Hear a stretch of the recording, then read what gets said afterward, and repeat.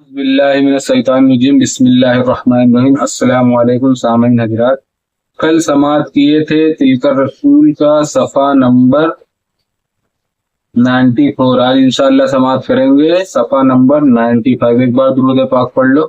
اللہم صلی علی سیدنا شفیعنا نبینا و حبیبنا مولانا محمد بارک وسلم، صلاۃ و سلام علیک سیدی یا رسول اللہ صلی اللہ تعالی علیہ وسلم۔ بسم اللہ الرحمن الرحیم، اللہ کے نام سے شروع جو نہایت مہربان رحمت والا۔ آگے اللہ تعالیٰ ارشاد فرماتا ہے، یا ایہا الذین آمنوا اتقوا اللہ وذروا ما بقی من الربا ان کنتم مؤمنین۔ اے ایمان والو، اللہ سے ڈرو اور چھوڑ دو جو باقی رہ گیا، سود اگر مسلمان ہو۔ آگے اللہ تعالیٰ ارشاد فرماتا ہے، فَإِن لَمْ تَفْعَلُوا فَأْذَنُوا بِحَرْبٍ مِّنَ اللَّهِ وَرَسُولِهِ وَإِن تُبْتُمْ فَلَكُمْ رُءُوسُ أَمْوَالِكُمْ لَا تَظْلِمُونَ وَلَا تُظْلَمُونَ۔ پھر اگر ایسا نہ کرو تو یقین کر لو اللہ اور اللہ کے رسول سے لڑائی کا، اور اگر تم توبہ کرو تو اپنا اصل مال لے لو، نہ تم کسی کو نقصان پہنچاؤ نہ تمہیں نقصان ہو۔ آگے اللہ تعالیٰ ارشاد فرماتا ہے، وَإِن كَانَ ذُو عُسْرَةٍ فَنَظِرَةٌ إِلَى مَيْسَرَةٍ وَأَن تَصَدَّقُوا خَيْرٌ لَكُمْ إِن كُنتُمْ تَعْلَمُونَ۔ اور اگر قرض دار تنگی والا ہے تو اسے مہلت دو آسانی تک، اور قرض اس پر بالکل چھوڑ دینا تمہارے لیے بھلا ہے اگر جانو۔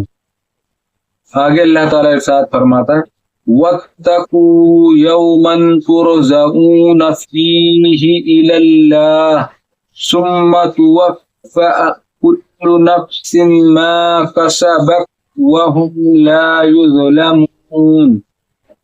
اور ڈرو اس دن سے جس میں اللہ کی طرف پھرو گے، اور ہر جان کو اس کی کمائی پوری بھر دی جائے گی، اور ان پر ظلم نہ ہوگا۔ آگے اللہ تعالیٰ ارشاد فرماتا، یا ایہا الذین آمنوا اذا تداینتم بدین الی اجل مسمى فاکتبوہ۔ اے ایمان والو، جب تم ایک مقرر مدت تک کسی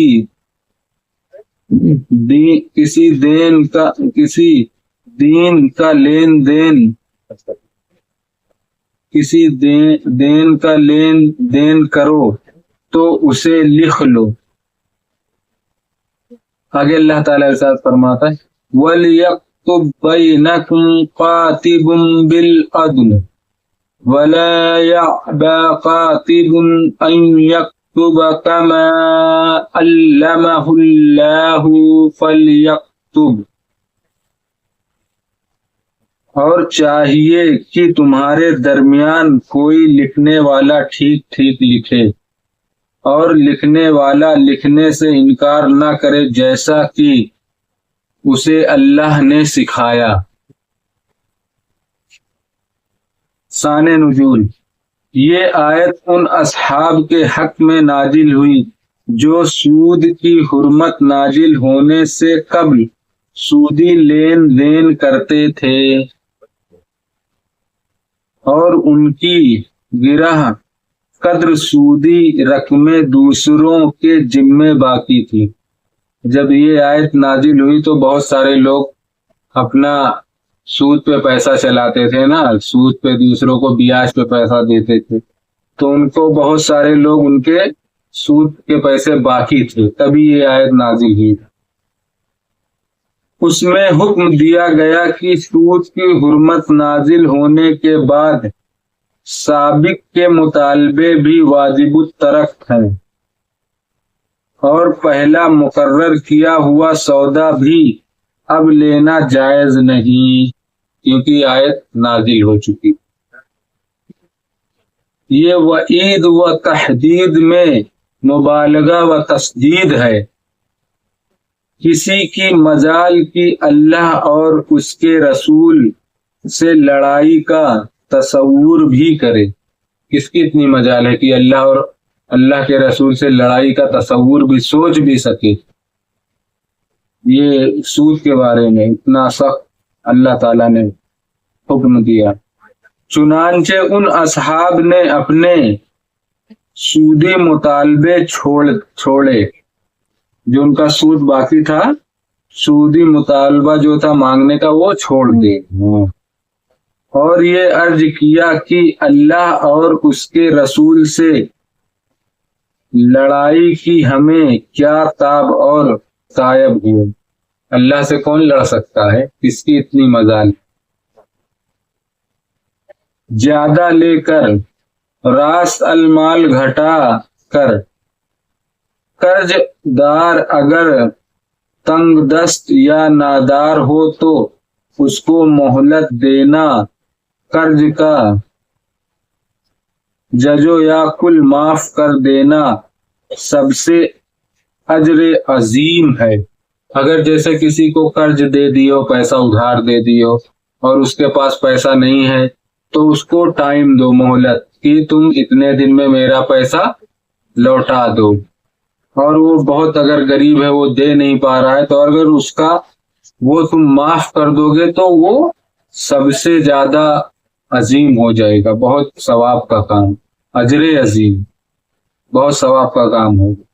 مسلم شریف کی حدیث ہے کہ سید عالم صلی اللہ علیہ وسلم نے فرمایا، جس نے تنگ دست کو مہلت دی یا اس کا قرضہ معاف کیا، اللہ تعالی اس کو اپنا سائے رحمت عطا فرمائے گا۔ سبحان اللہ۔ جو کوئی قرضہ باقی ہے، اگر اس کو وہ نہیں دے پا رہا ہے اور معاف کر دیے گا، تو اللہ تعالیٰ اس کو اپنا سایہ عطا فرمائے، اپنے رحمت کے سائے میں عطا فرمائے گا اس کو۔ جس روز اس کے سائے کے سوا کوئی سایہ نہ ہوگا، کیونکہ مرنے کے بعد قیامت میں دن اس کے سوائے کوئی سایہ باقی نہیں رہے گا، وہی صرف ہوگا۔ یعنی نہ اس کی نیکیاں گھٹائی جائیں، نہ بدیاں بڑھائی جائیں۔ حضرت ابن عباس رضی اللہ عنہما سے مروی ہے کہ یہ سب سے آخر آیت ہے، یہ جو پڑھ رہے ہیں یہ سب سے آخری آیت ہے قرآن شریف کی، قول ہے جو حضور پر نازل ہوئی، جو حضور صلی اللہ علیہ وسلم پر نازل ہوئی۔ اس کے بعد حضور اقدس صلی اللہ علیہ وسلم 21 روز دنیا میں تشریف فرما رہے۔ اس آیت کے بعد 21 روز دنیا میں وہ ظاہری زندگی میں تھے، بعد میں پردہ فرما گئے دنیا سے۔ اور ایک قول میں 9 سب، ایک قول میں ہے کہ 9 دن، اور ایک میں 7 دن۔ لیکن